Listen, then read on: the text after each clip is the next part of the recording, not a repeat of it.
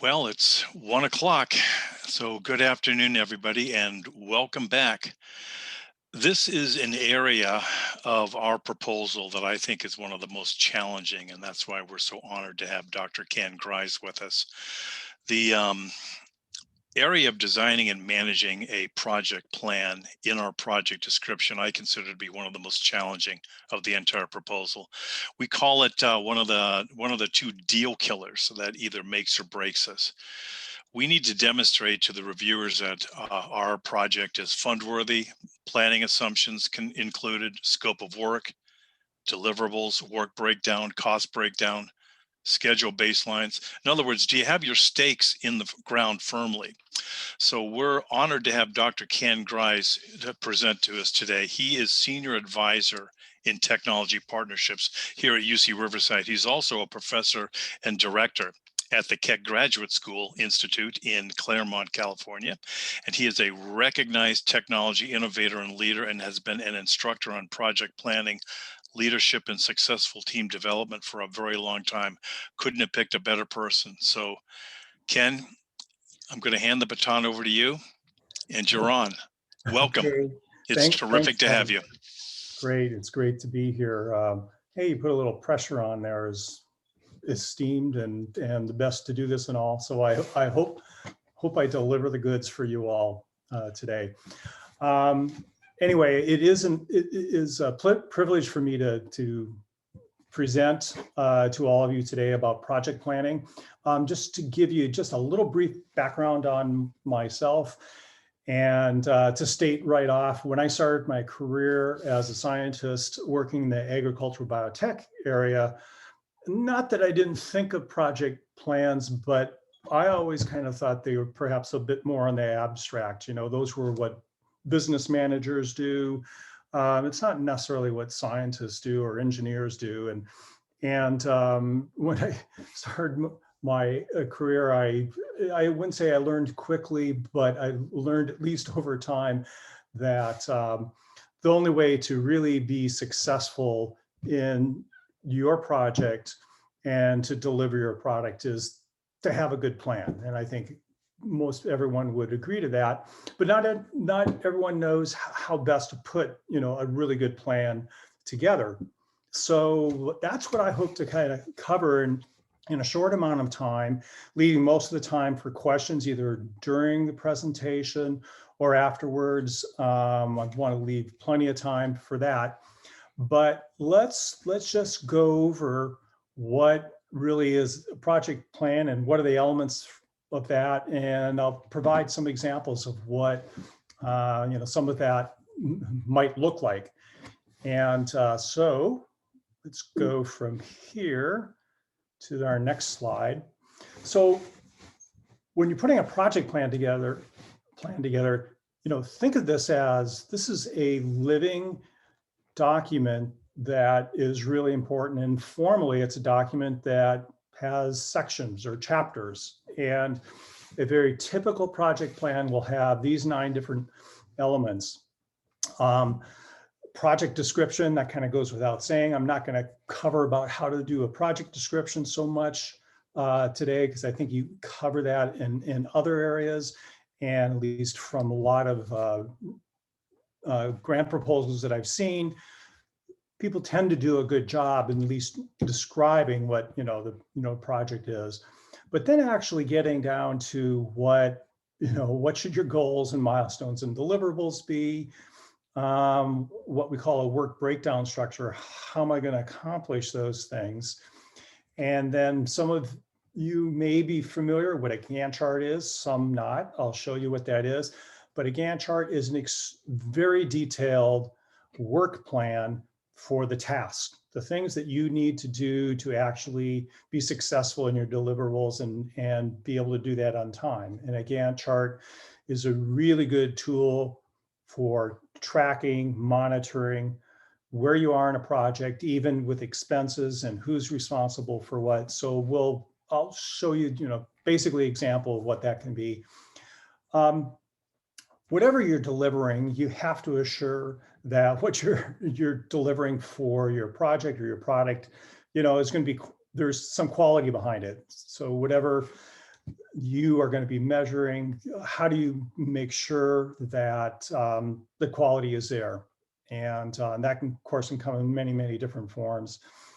We'll talk about what we call a RACI, which is a responsibility and accountability matrix. It's really there to help define who's going to do what and who's responsible, who's accountable, who can just be consulted, and who could be informed.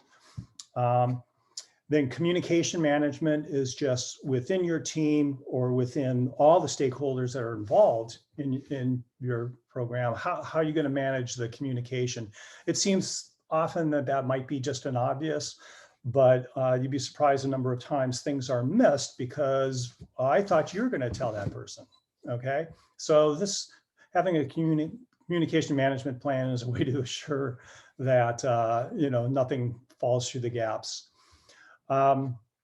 Really important in your project plan is a risk management. This is what could go wrong, and if it went wrong, how bad would that be? Okay, and since things always go wrong, within some time within a plan, you better have your plan B. What am I going to do to reduce the risk of that being a derailer? And then last but not least, you of course have to figure out how much is this going to cost, and when am I going to spend that money? So those are the things that we'll go over quickly. And again, anytime you want to stop and ask questions, you can jump in there or use the chat. Martin promised that he will promptly interrupt me for questions when they pop in there, and I really encourage everyone to do that. So when you're putting a project plan together, what are really the major questions to be addressed? And you think of this in the terms of the funding period, and that's of course what reviewers are going to want to see. You need to be thinking this for those of you, and I suspect most of you that are like myself, highly technical oriented. That's where you tend to think about what do I have to do? What do I have to address? But you really need to make sure you address some of the business aspects as appropriate for your proposal as well. Because it's not only what you have to do to develop your product, but how you're going to actually sell it, and do you have the right one for the customer based on their needs, So you got to be thinking about all those types of questions.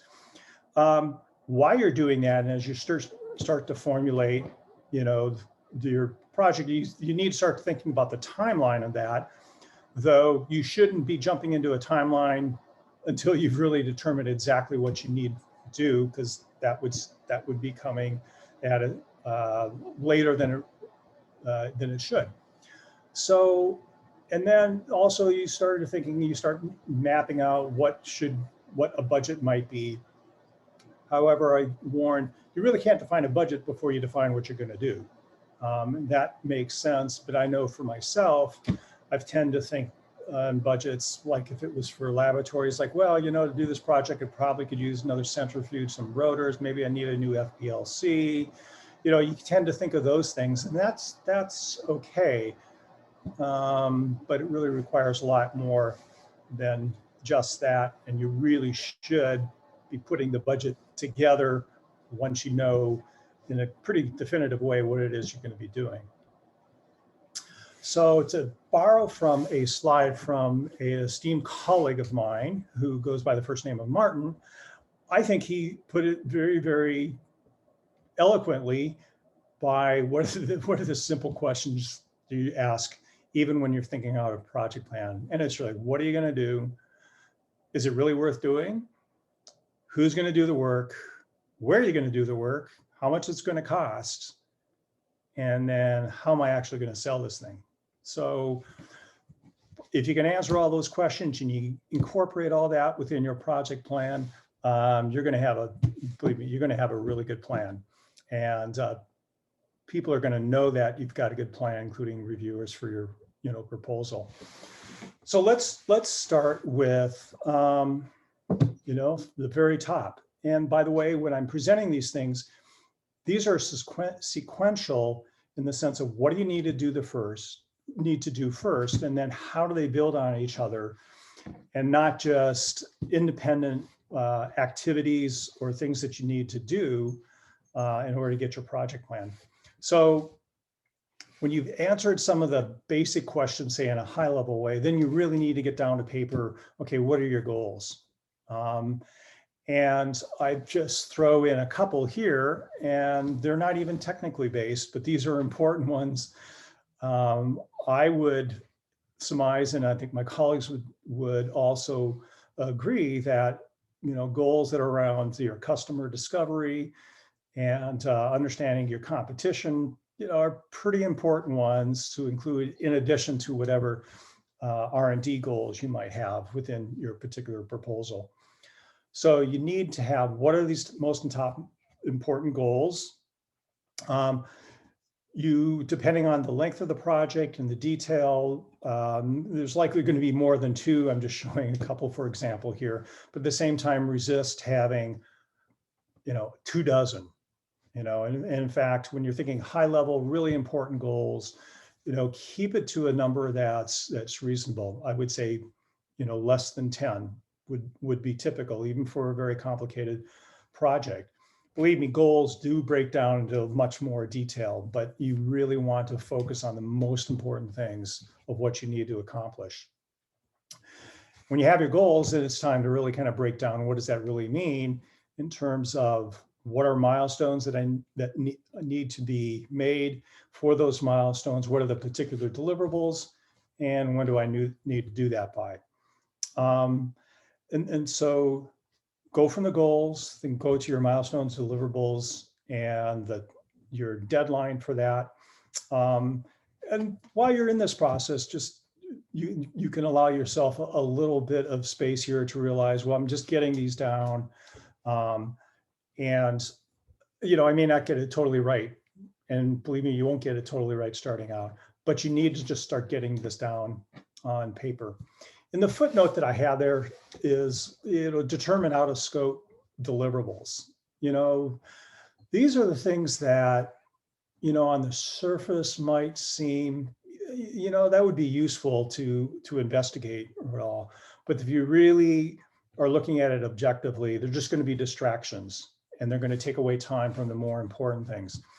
And if I would use as an example some of the milestones and deliverables I have here, I could imagine while I'm involved in interviewing customers or potential customers, you know, about what their needs are. And then from that, I can understand, well, my product helped actually deliver, you know, what their needs are. You might be tempted to think about, well, what might my next generation, you know, product be? And getting some of that feedback, well, I've got all these people there, that could be really important. That seems logical, but I would argue until you really know with what you've got in hand and what you're developing now, it is not the time to be spending a lot of energy necessarily looking at what's the next generation thing going to be. So just as a potential example of something that would be out of scope, but might make a little bit of sense while you got people on the phone.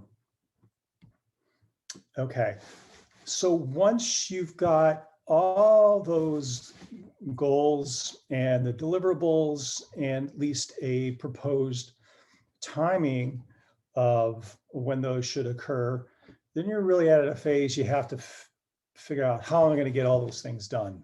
And one of the tools that really helps in being able to do that is what we call a work breakdown structure. And there's different ways you can go about it. I'm just showing this one, but it's simply to look at your deliverable and just break it down to actual task. What do I need to do? And how long, and thinking about how long will it take to do. But the first step really is, what do I need to do? Okay. And you really need to focus on the deliverables and breaking those down, as I say, into the particular task, the work that you've got to do to make that successful. Of course, this is just an illustration of how a project deliverable will be, and you'll probably have and you should have a number of those. So reality is it's going to be an expanded tree even beyond what you show here. But it usually breaks down to specific deliverables. Often those will have sub-deliverables, and then the list of tasks and the actions, the things you actually really need to do. And doing it in this kind of tree format can be very helpful in thinking and visualizing how to get these things accomplished.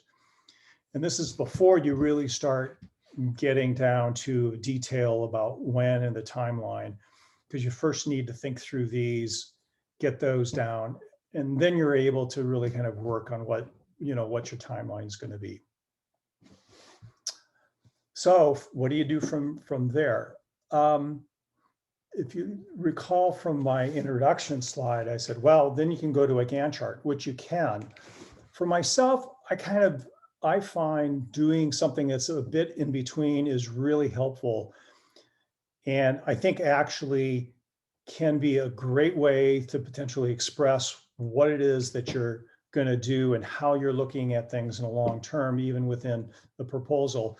And that's to do something on this order. And there can be many different forms to do that, but it's incorporating, what it is you have to deliver, what are particular milestones in some time frame.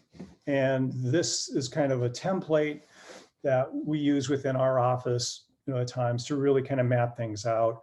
You have to define what, that time will be as appropriate for your proposal. But I will say you need to think beyond just the term of the proposal, because reviewers definitely want to know, what are you thinking beyond even this particular funding period about how you're really going to get your product into market. So mapping that out, with a template like this, including approximation of what you think it might cost to do that, is, I find for myself, is a nice tool before getting really in the nitty gritty, because it just really maps things out in a longer period of time. And I think it's a good way to illustrate and communicate, to someone in one slide or one graph, what's the real plan.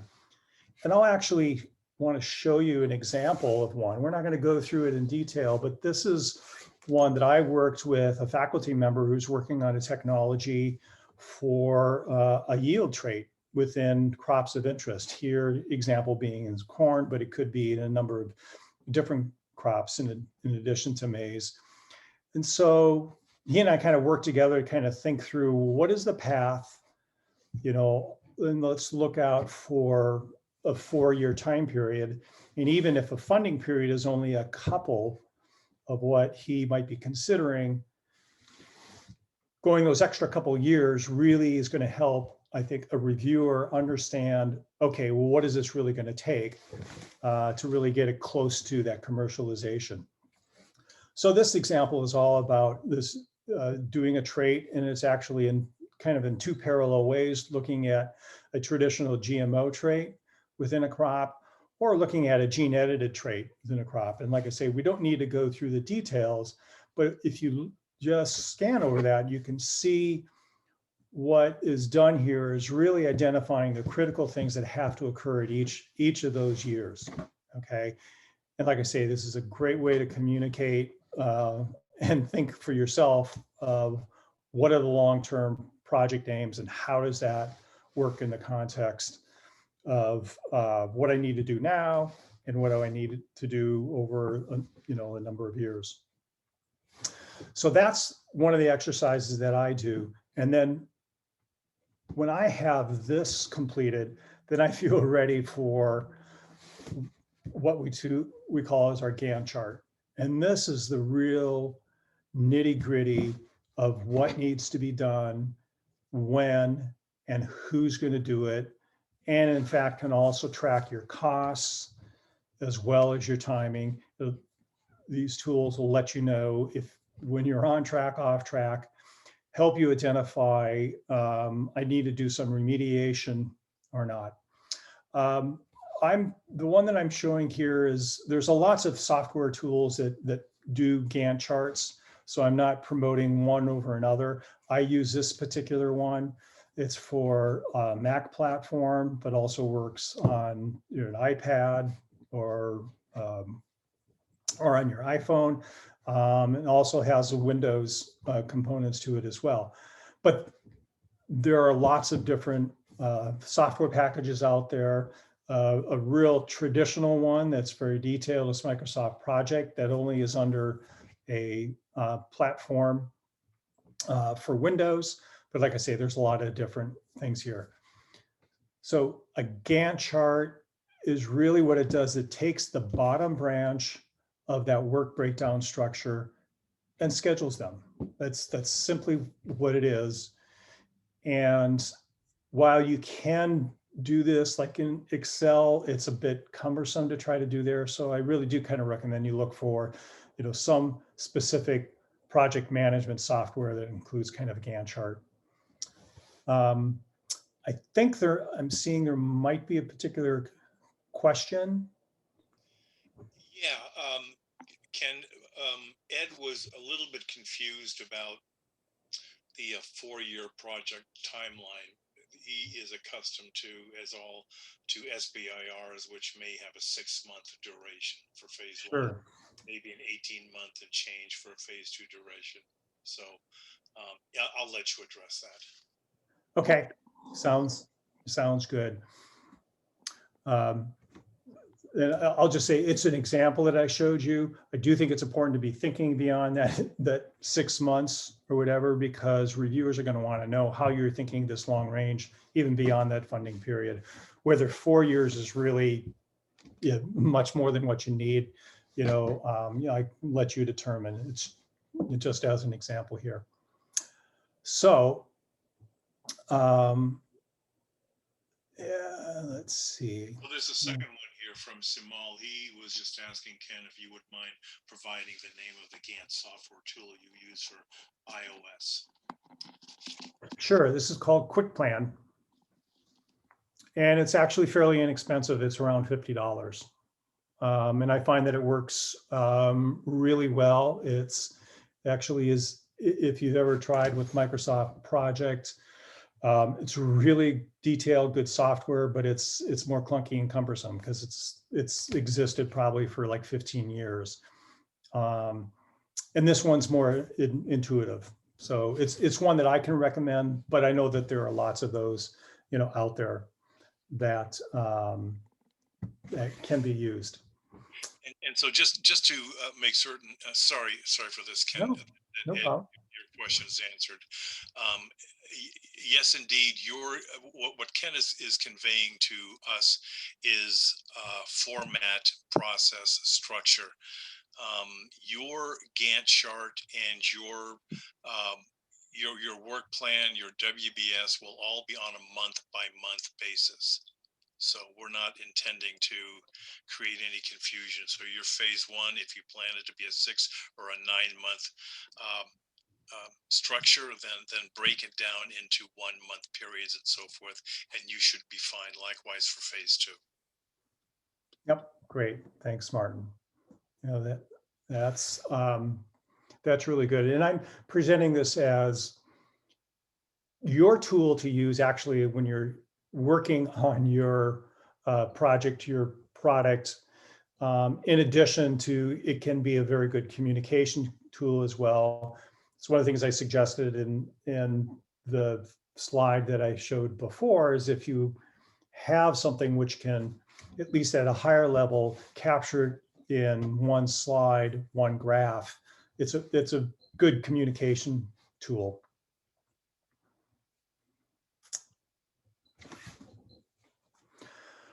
So, there's something about whatever you do, you got to make sure it's going to be a quality product. And there's not any particular tools or anything. What I'm really stating that you need to do is figure out a way of the most important deliverables and how you can assure yourself, but also the stakeholders that are involved in your program that can be in many different forms, but how are you making sure, the quality of your product's, really good. And so here provide just a couple of different examples.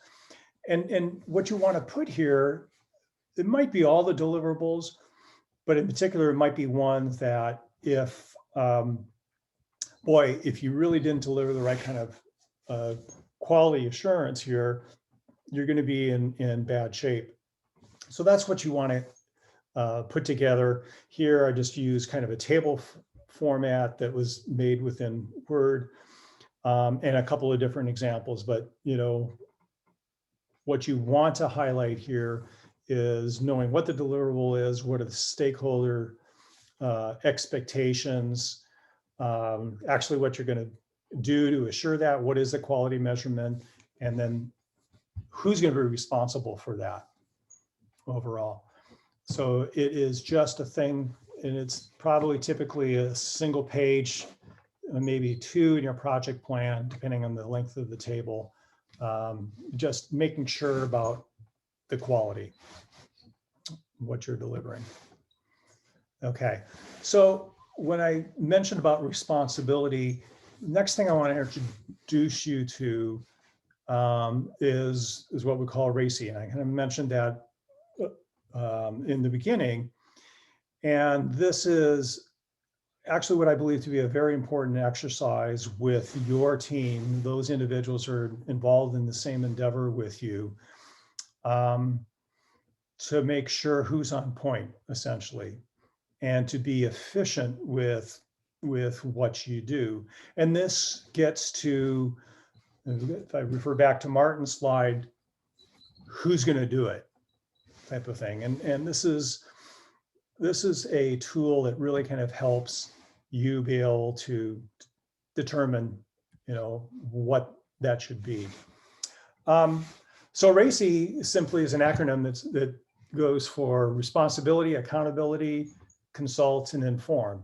So the people that are involved in the project, and I would say within the team and those that are even existential to that team, their stakeholders, those that are important to it, need to identify who's going to do what.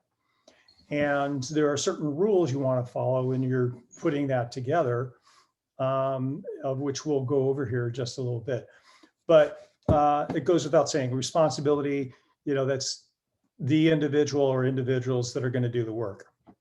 Okay, that can also be a person who is labeled as accountable, and often it is someone who's accountable is at least doing some portion of the work. But within your team, who's going to make sure that it really happens? That's a responsibility. The accountability, and the acronym, the buck stops here, fits extremely well. Okay, while you have a number of people that are working perhaps on a particular deliverable, there really needs to be someone who is going to be, help the decision maker. That doesn't mean to count out any others' input, far from that, but actually is the one who can make sure you're on the right path and make decisions. And that's the accountable. Okay, and consult or inform are just simply those individuals that need to be in the loop. Consult is kind of self-explanatory. Someone probably has expertise in the area that maybe can help consult on a particular project, or it might be another team member that really isn't going to do any work, but can probably provide some pretty good input on what needs to be done for the particular deliverable. Inform, on the other hand, it's a one-way communication. Some might call it's communicating up, and that might be the case sometimes, but even within a team, there are certain things when you're doing a multitude of different tasks, that simply some people on the team either have the desire or real need to be anything but kept up to date. And so what you need to do then is figure out, how do I do this? How do I put that together? How do I define who's going to be which of these RA, C, or I? And that's typically done by just making, a matrix. And this is this is what a RACI matrix can look like. And an example here is in you're building a house, how would you assign the activities to those that are involved in making the house, from the client, contractor, or consultant, the architect, to the project manager? And there could be more than that, but who's going to do what? And that's really how you put it together. Now, this particular example, I think, is great for illustration, but it's not perfect. And the reason I say that it's not perfect for a couple of things, and I'll show this in the next slide of what you actually need for your RACI. And one, anything that you place as a deliverable or an activity, someone absolutely has to be accountable. And if you look at a couple of these, there's no one that's assigned to accountable, and that's not a good thing. Okay. And some of the roles for here, at least to me, for making a house, don't quite make sense. Defining functional and aesthetic needs, besides, having an accountable one, you'd think that some of the, the roles here with an architect is a little bit more than just kind of consult, and our architect has a responsibility putting it together. Anyway, we're not building a house here, we're delivering other products, but I illustrate as an example of one to see, but also one where you really need to look closely when you put this together and make sure you've got this right. Okay. Can I interrupt? I apologize. I just wanted to make certain that we addressed Ed's question before we moved on too further. Could you tell us what the abbreviations KOL and GLC mean? KOL on this slide, or I'm sorry? No, not on this slide. On the prior ones, the WBS or the Gantt chart, I believe, is what Ed was referring to.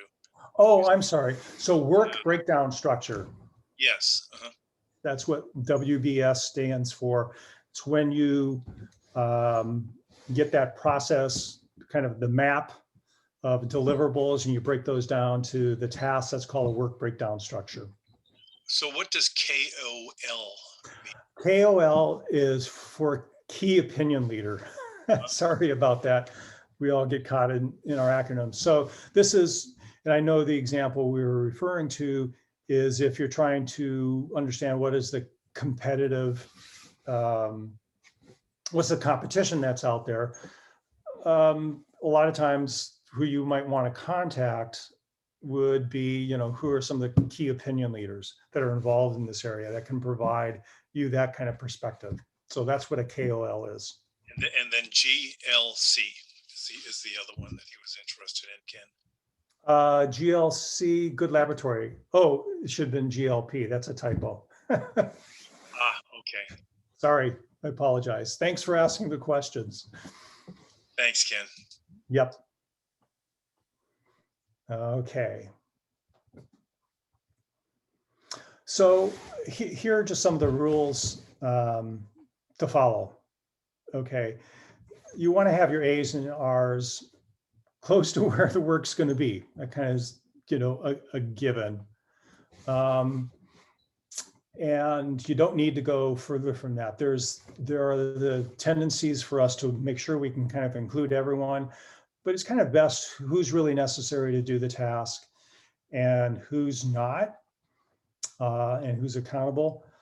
Because if you engage someone that really doesn't need to be engaged, that means they're not doing something else. So determine who it is that needs, and don't need to go further than that.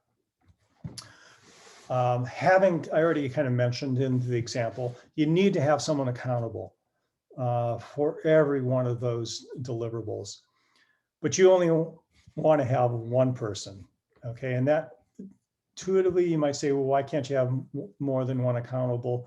But we'll get to that to a bit. Just for now, these are the things that you want to follow. One accountable who also can have a responsibility, but there's the one person that's going to be the buck stops here. And what that really means, I kind of already mentioned that, is the authority means, accountability. Okay, so that's just a given. Whoever is assigned that particular deliverable has that authority. You want to have your C's or I's, but you want to minimize those. Okay, it's just basically who's important to be in the loop, who's important to get consultation, and again, don't go really beyond that. If you don't share your RACI diagram with anyone, if you just make it yourself, it's not good for anything. So actually, this is a team-based effort, and you want to share that with all your stakeholders, make sure that you got it right and nothing's missing and everyone kind of agrees to it. And last, as I mentioned before, you want to focus on the big stuff. It's not every task that you need to have a RACI assignment. This is really about the deliverables and the sub-deliverables. Okay, so here's the consequences if you kind of don't follow these guidelines. If you have more than one A, there can be a lack or indecision agreement. So this is one of the reasons you really want to just have one person that's accountable. I added one here. If you have the same A individual for most items, that's a watch out, because, well, usually one excuse me, one person can't handle it all, for one. It also it can lead to inefficiencies because there may be a better person for some of these things. So you should look to kind of spread these out as it's appropriate on person's expertise. And while it's another topic entirely, there's lots of literature out there that says when you spread out responsibilities, you set up also more, I should say, accountabilities and more egalitarian-based type of work environment, which is time and again shown to be much more efficient in accomplishing tasks than if you have one where there's one A, everyone has to refer to person A for everything. It just doesn't work as well in a business environment. If you have lots of R's, there just may be too many people. It's basically too many cooks in the kitchen. Obviously, if you have no R's and A's, then who in the heck's going to do this work? So you got to make sure you've got those. Need at least one of each. If you have lots of C's and lots of I's, then you just need to determine, is this all really adding value? Is all that time really worth it? Okay. So, these are just some of the recommendations and things to think about as you're kind of thinking about and putting your RACI, together. And then I want to leave plenty of time here, so I'm going to rush through the last just couple of things here. This is not necessarily the greatest example. It's one that it's actually an example of the students in the class that I teach in this at KGI had put together. But having a communication plan is important, again, just to make sure that nothing falls through the cracks here.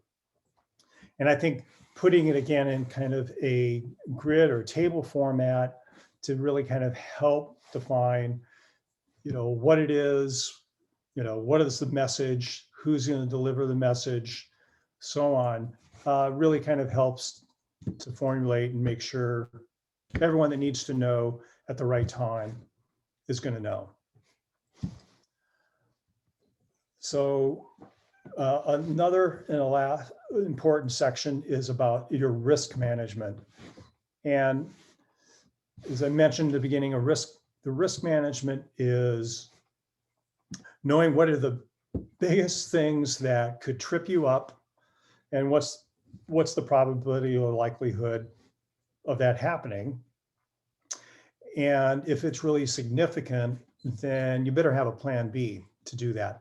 So this grid that's on there is kind of just more representing in your mind how you can think through the impact on probability. A better kind of working example is something like this, where you lay down those risks. What's the probability? What's the impact? and then what's your plan if this comes up. So the only hints that I provide here, and this was actually another example of a student team that had put this together. I liked the format that they did. I thought they did it really well. But a couple of things, like I told them, for example, they had loss of database, hard drive crash. You know, that was something 20 years ago we worried a lot more about. Now we've got so many things that are back up in the cloud and everything else. You know, it's probably not, it would be critical, but it's really, really super low. It's something like that, low probability it's going to happen. So if it's something like that, then, you know, you don't really need to bother listing it. And then there's kind of an obvious, if there's a risk element and it's both low in probability and it's low in impact, there's no need to have that on the list. You really want to focus on the things where there's some level of probability that's realistic and it's either of moderate or critical impact. And you got ways to work around that if it pops up. And this is just, in my mind, is a nice way to present it. Okay. And then last but not least is in figuring out your budget. And I'm only giving you an example here, is you don't need to necessarily be the financial manager. I think as someone who's leading your project, your proposal, it's really mapping out in a way, whatever tool works best. I'm just showing one that actually just made with Excel, is how you can track, you know, what your expenditures are and when you think those will occur. And it also shows good management of your project. And this will also tie into your Gantt chart or your project plan, as what needs to be done when should be reflected in when do you need to spend the money to do those things. So again, just a particular example, you know, that's there. And there's many different forms that, you know, something like this can take. So to go back where we start, just to say, to have a good project plan that's a working document that really helps guide you during your project, but also helps convince people who are going to be reviewing your proposal, hey, this person really knows what they're doing and they've got a plan that's put together, is it needs to have these elements. So with that, my formal presentation is over. I'd be welcome any particular questions that may arise based on what we've talked about here. And thank you very much indeed. So let me see if I can convey a couple of questions from Ed. Thanks, Ed, for being an active participant. His first question, and thanks, Kat, also. In your RACI matrix, where should you account for quality management, quality assurance activity, if at all? So that actually can be, you can include that as part of your RACI. You might even have someone who's assigned basically a quality officer that's within your team, and then how that would be expressed and who would need to be involved. It actually would be a good idea to have something like that, besides just your deliverables within your RACI, but have some of these functional roles engaged as well. Functional roles can be, you know, include even financial particular roles. Might be a communication-based role. So it's not just the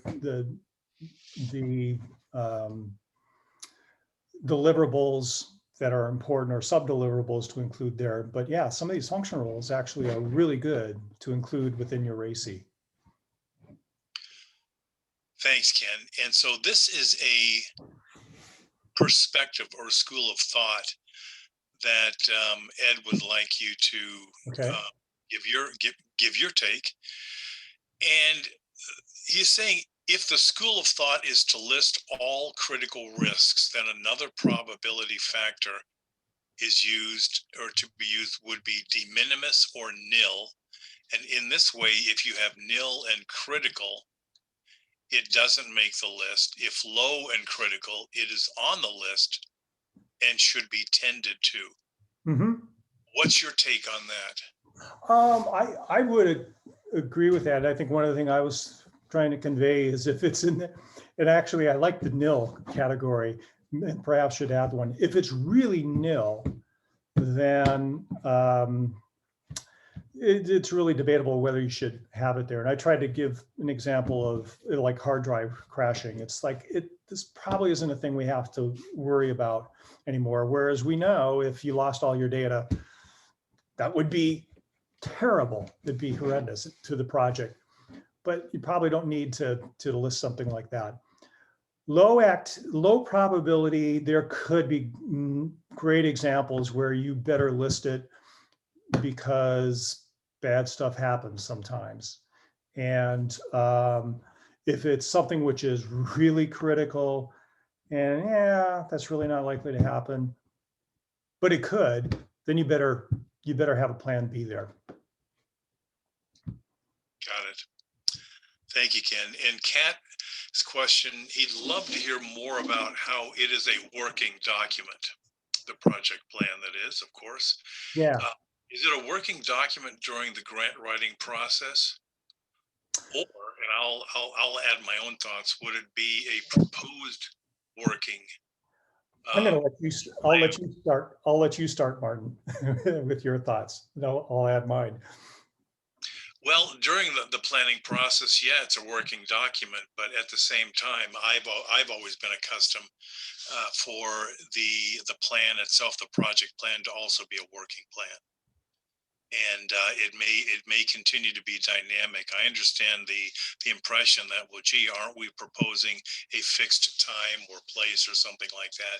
And yeah, I get it, but I believe also, and this is what the reviewers have conveyed to me, Ken, is that they and it also, by the way, follows in line with your do you have a plan B or not? That by definition would make it a working document, which Mhm. means anticipate that I guess one of the great guarantees about a business plan or a project plan is that um, it probably may not end out up being exactly as we had planned it to be. There's realities that will come into play. So Mhm. I would imagine that it is a working document to be proposed all the way through, and that the reviewers are perfectly okay with that, Kat. Yep. Yeah. No, I think that was a perfect answer, Martin. In practice, they absolutely have to be. I would call it a working document, or if we think of even your Gantt charts and that intricate part of the project plan, we all know that nothing goes that smoothly and that perfectly all the time, so that all those deadlines are met, all those tasks are there. And in particular, when you're an R&D adventure, you always get, surprises. So that is not a stagnant document. And in fact, if you go through that exercise, which can be a lot of work, and you've really got a great plan there, if you'd never look at it again, you just wasted your whole time, because that document, your Gantt chart and all that, really is for you to be able to follow and track and make adjustments when things happen. So when I refer to things as it's a working or it's an evergreen document, it's just something that is your tool that you'll be able to use and make adjustments as you're going through, your project. And I think within a proposal, it really shows up that you've got not only just have a plan, but that you've got something here in a tool that's going to really guide you through to success. Thanks, Ken. And Jared's question is, how much of these internal project management tools and plans should be included in the actual SBIR application? Are there specific places within the application to include these things? Yeah. So Martin, again, with your expertise, you're probably better at answering that particular question. Um, one of the thoughts actually in putting this presentation together and thinking about the proposals and looking through them some is, something like a huge detailed Gantt chart, they're hard just to get a big enough printout to be able to look at some of these. So that's kind of hard in and of itself to convey there. But that's one of the suggestions that I thought of, having something which is just that one level above, which shows, for the granting period and for the relevant period afterwards to convey, I know what I'm doing here. That you highlight what are the deliverables and the kind of, the timing on it. That's one of the ways I think within a proposal you can document that. But Martin, with your expertise, really, what would be your suggestion for a lot of this? My suggestion and experience, and keep in mind, Jared and everybody else, that reviewers get inundated with at least 10 grant proposals, and it's a huge task to go through them, and especially if it's entirely text. So they love Gantt charts. They would love a RACI, they would love a WDBS, they love graphics, they love charts because it makes their life easier, but it also gives them a better feel on whether or not you know what you're doing, whether or not you actually have a plan that not only you can design, but one that you can also manage. So they set great store by these charts. Most of us insert a Gantt chart, but there is nothing wrong as long as it helps your cause to include RACI or WBS. It just indicates to the reviewer that you know what you're doing and that you're on top of your game. Very important to them. Yep. Now, there is another thing of value that they also appreciate, and that is a challenge that, Ken, I know that you're really familiar with, at least I am, and that is, how can we evaluate proposed work versus the budget versus the timeline? Keep in mind that phase one is maybe a 6 to 9 month project, and we may be able to stretch it out to 12 months without getting additional funding. But does RACI or WBS help us in terms of giving an intelligent, careful, well thought out proposal where a reviewer, and they pick this up quite a bit, they say, you know what, you're proposing to build the Great Wall when you're actually proposing that the budget would qualify for building a fence around your backyard by comparison. So they will pick up the fact that if you are over proposing or saying we're going to do all these great things and we're only asking for $150,000, you'll get tagged on that. So they, to the extent that you can demonstrate to them that your proposal, your Gantt chart, your WBS, your budget, and timeline, if they are in sync, evidence-based, and defendable, it helps your cause quite a bit. Yeah, well, it makes total sense, Martin.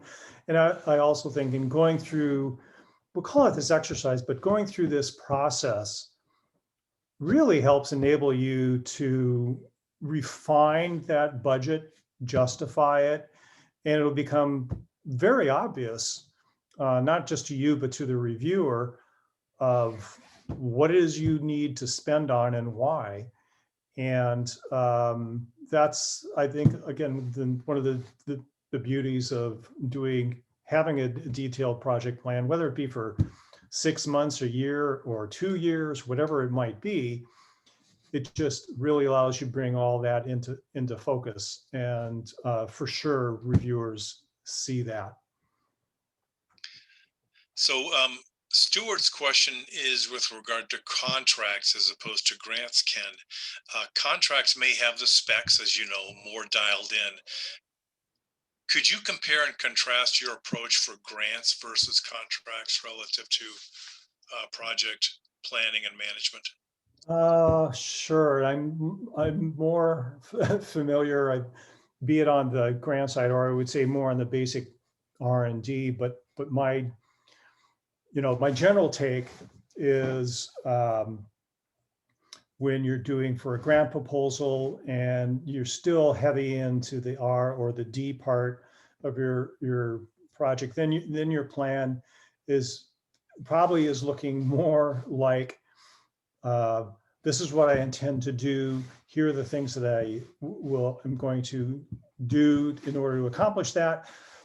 But I've got a lot of ifs and buts in there and backup plans, because the nature of this work is higher risk, let's put it. Whereas I think in more of a contract based, where it's more defined, what needs to be done by when, the tools on how to do that, even the knowledge about how long something will take is more refined based on practice and experience. And so your document is going to look more like your house plan, okay? And that it really is going to be defined well and timely.